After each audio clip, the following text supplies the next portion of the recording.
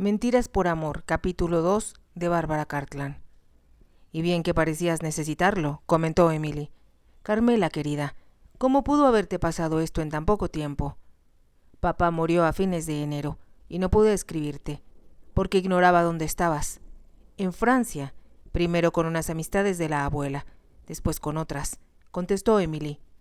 Así que, aunque me hubieras escrito, dudo que tus cartas hubieran llegado a mis manos. Te eché mucho de menos. La abuela de Emily, con quien ella vivió desde que era muy pequeña, había sido la condesa viuda de Gaileston. Era una dama imponente, a quien la gente de la villa temía, pero los padres de Carmela le simpatizaron y hasta había animado al pintor a continuar su trabajo y adquirido varios de sus cuadros.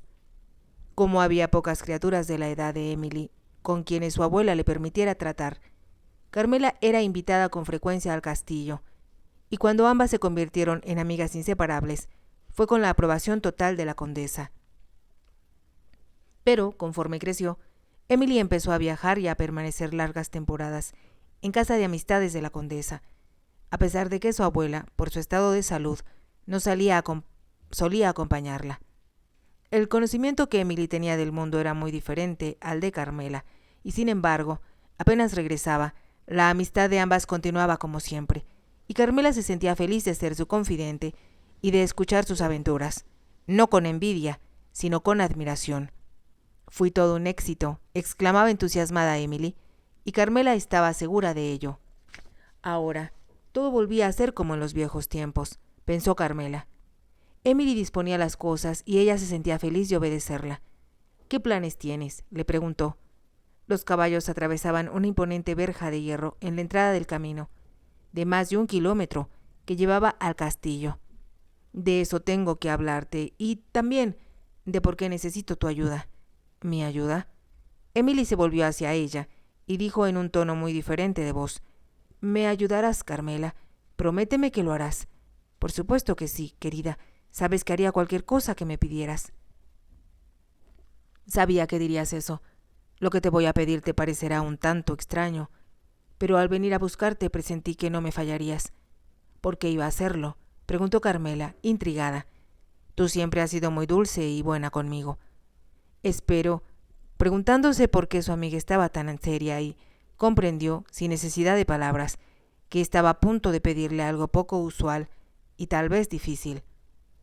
Emily miraba a lo lejos, hacia donde el castillo surgía, sobre un terreno en lo alto, con sus torres dibujadas contra el cielo.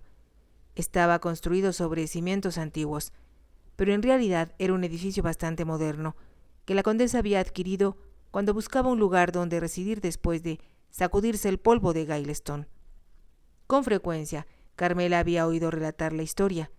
La condesa había sido una gran belleza y una personalidad social de su época y, algún tiempo después de que su hijo entró en posesión de su fortuna, se disgustó con él y con el resto de la familia, y decidió que no deseaba tener nada que ver con ellos.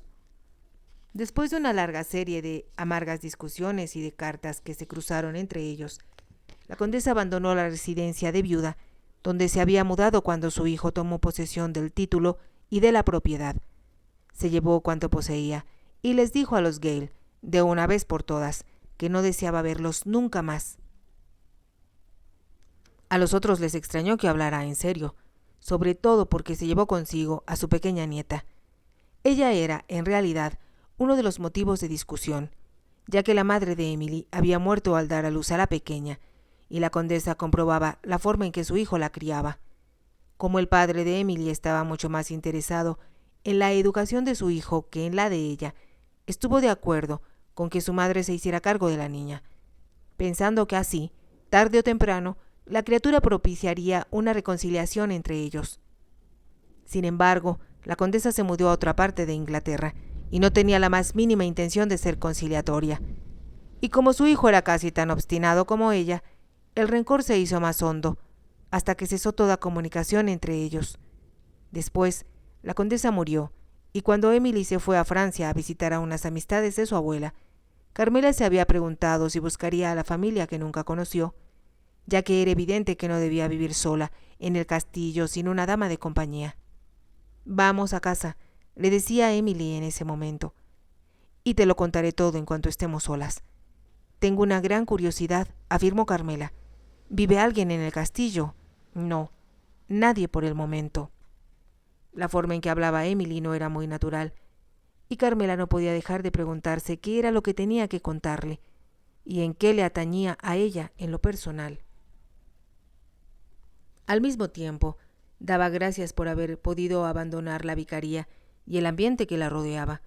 El vicario, en particular, era un hombre carente de bondad humana, y la señora Cooper, una mujer neurótica y quejumbrosa. Tenía demasiadas ocupaciones y no se preocupaba por sus hijos. Carmela recibió una gran alegría cuando, al entrar en el castillo, admiró el gusto excelente con que estaba arreglado. Era un placer para la vista mirar las cortinas de fino brocado, los tapices y las pinturas que colgaban de las paredes. Grandes ramos de flores en jarrones de cristal cortado perfumaban el ambiente, y la servidumbre, ataviada con elegantes uniformes, le sonreía, ya que la conocían bien y la hacían sentir como Emily, que llegaba a su casa. Emily entregó su capa a un lacayo y, después de quitarse el sombrero, se dirigió a una pequeña sala de estar que ambas chicas siempre habían considerado como suya. La condesa la había decorado toda en azul. Las cubiertas de los sofás, las sillas, eran del color de los ojos de Emily, y las hermosas damas de los cuadros, pintadas al estilo de Fragonard, se les parecían mucho. ¿Desean algún refresco, milady?, preguntó el mayordomo desde la puerta. Emily miró a Carmela, quien negó con la cabeza. No, gracias, Bates. El mayordomo cerró la puerta y se quedaron a solas. ¿Estás segura de que no tienes hambre?, preguntó Emily. No creo que hayas comido ese horrible desayuno. El solo pensar en él me causa náuseas.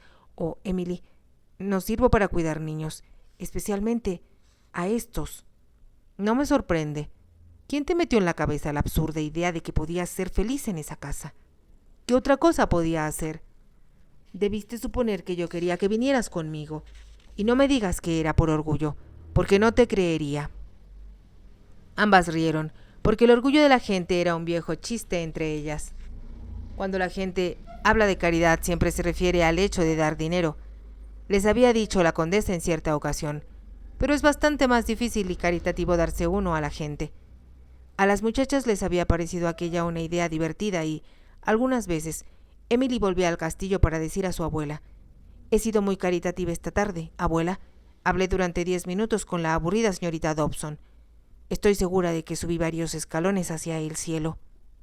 «Me siento orgullosa», decía Carmela ahora, «pero si tú deseas ser caritativa conmigo, estoy del todo dispuesta a aceptar. Eso es precisamente lo que quiero hacer. Y ahora, querida, escúchame». «Te escucho y tengo la inequívoca sensación de que estás metida en algún lío. Supongo que puedes llamarlo así», aceptó Emily. «Sucede que me voy a casar». «¿Casarte? Oh, Emily, qué emoción. Pero, ¿con quién?» «Con Jimmy». «¿Con quién más?» «Jimmy Selwick». «Pero, Emily, ignoraba que su esposa hubiera muerto». «No ha muerto». Carmela miró a su amiga con los ojos muy abiertos. No comprendo. Está moribunda, pero no ha muerto aún, y me voy a fugar con Jimmy a Francia, donde viviremos hasta que podamos casarnos». Se hizo el silencio y después Carmela dijo: «Pero, Emily, no puedes hacer eso. Piensa en tu reputación». «Nada me hará desistir», aseguró Emily con voz baja. «Debo hacerlo, Carmela, y necesito tu ayuda». Carmela parecía preocupada. Hacía más de un año que sabía que Emily estaba enamorada de Lord Selwick, un vecino cercano. Era un joven encantador que había heredado una arruinada casa ancestral y una propiedad empobrecida que no podía mejorar por falta de dinero. Como Emily siempre había sabido que heredaría una fuerte suma cuando muriera su abuela, habían decidido esperar, pues la anciana jamás consideraría a James Selwick un partido adecuado para su nieta. La condesa siempre se había movido en las más altas esferas de la sociedad y de joven había sido dama de la reina. Su deseo más profundo era que Emily se casara con uno de los grandes nobles que frecuentaban la corte, y había preparado una lista de los duques y marqueses elegibles. «No tiene objeto discutir con abuelita acerca de Jimmy», solía decir Emily a Carmela con frecuencia. «Ya sabes cómo es de obstinada cuando se le mete una idea en la cabeza. Y si yo insisto en que no me casaré con nadie más que con él, hará lo imposible por evitar que volvamos a vernos. Te entiendo, había contestado Carmela, pero ¿qué sucederá si encuentra a un hombre que considere el marido ideal para ti? Por fortuna, la situación no se presentó, porque la condesa enfermó de gravedad y enviaron a Emily a vivir una temporada con la familia de la anciana, que residía en Francia. Apenas terminó la guerra y Francia empezó a reorganizarse, enviaron a Emily a vivir en un gran castillo a orillas del Loira, con aristócratas que, milagrosamente, habían sobrevivido no solo a la revolución, sino a los cambios sociales que impuso Napoleón Bonaparte. Pero las relaciones de la condesa no se limitaban a Francia. Emily había viajado a Northumberland para visitar a un duque y a casa de algunas antiguas familias en Cornwall, que tenían hijos solteros elegibles y, en una ocasión, hacia el norte, hasta Edimburgo. Siempre volvía con interesantes anécdotas acerca de la gente que había conocido y de los hombres que la pretendían. Sin embargo, cuando estaba a solas con Carmela, reconocía que el único hombre que significaba algo para ella era Jimmy Selwick. Cuando él era muy joven, sus padres habían arreglado su matrimonio con una chica que poco a poco sufrió graves alteraciones mentales, hasta que tuvo que ser internada en un hospital privado para enfermos mentales. Él no podía librarse de aquel cruel destino hasta que ella muriera, y fue inevitable, por lo tanto, que entregara el corazón a su joven vecina. A pesar de todo, a Carmela le parecía inconcebible que Emily planeara fugarse con él. Lo que yo no comprendo, querida, le decía ahora, es porque no puedes esperar.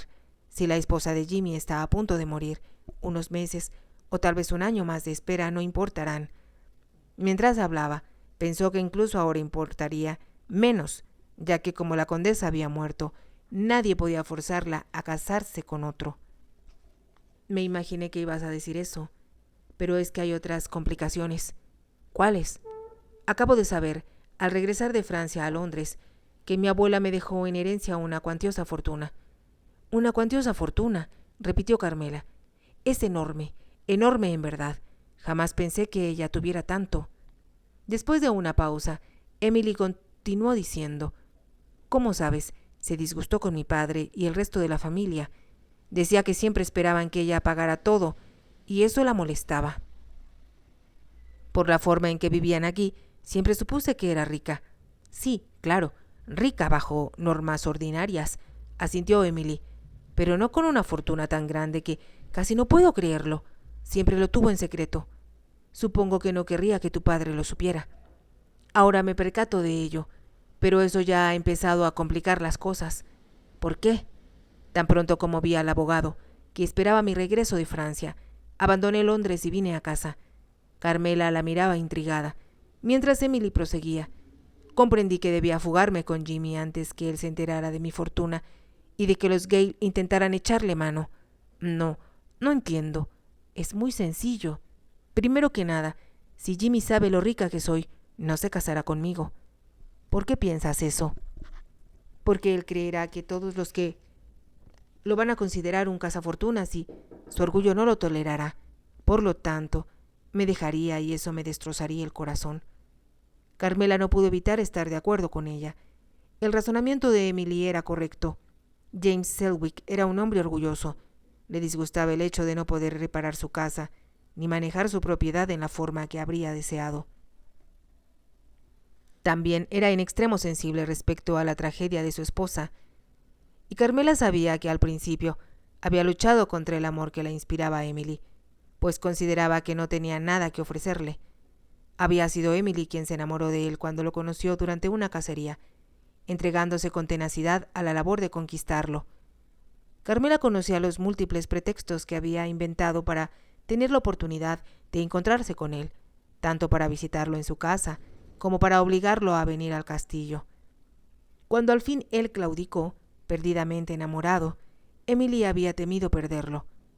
Me ama, había dicho entonces a Carmela, pero dice que jamás se interpondrá en mi camino, y que si deseo casarme con otro, desaparecerá de mi vida y jamás lo volveré a ver. Había lanzado un gemido de dolor al añadir: ¿Cómo puedo perderlo? Oh, Carmela, no podría soportarlo. Al recordar lo que Emily había dicho, Carmela comprendió ahora el peligro que significaba que se enterara de lo rica que era. Preguntó en voz alta. Aceptará fugarse contigo. Lo hará cuando sepa lo que sucedió después. ¿Qué sucedió? Partí de Londres hacia aquí en cuanto supe lo que el abogado tenía que decirme. ¿Y qué crees que encontré? ¿Qué? Que tenía aquí, esperándome, una carta del primo, Patrick, el nuevo conde de Gaileston. ¿Por qué te escribió?, preguntó Carmela. Sabía que el hermano de Emily, quien era el orgullo y la alegría de su padre, había muerto en batalla poco antes de Waterloo, y que cuando el conde murió de la pena, un año más tarde, no había dejado heredero directo al condado. Esto tuvo como consecuencia que el título pasara al hijo de su hermano, quien se había casado cuando era muy joven. Por lo tanto, el actual conde de Gaileston, primo hermano de Emily, era un hombre maduro, que había sido soldado, y que jamás pensó en llegar a heredar el título. Carmela recordaba haber oído hablar de todo eso, pero no le había interesado mucho, ya que Emily sabía poco de su familia, a la que jamás había vuelto a ver, al extremo de que se enteró de que la muerte de su padre cuando vio la esquela mortuoria publicada en los periódicos. ¿Por qué ha de importarme?, había preguntado cuando Carmela se la mostró. Mi abuela lo detestaba y con frecuencia me dijo que mi padre me tenía mala voluntad porque, al nacer, había causado la muerte de mi madre. Me parece mal que no quieras a tu familia, le había respondido Carmela.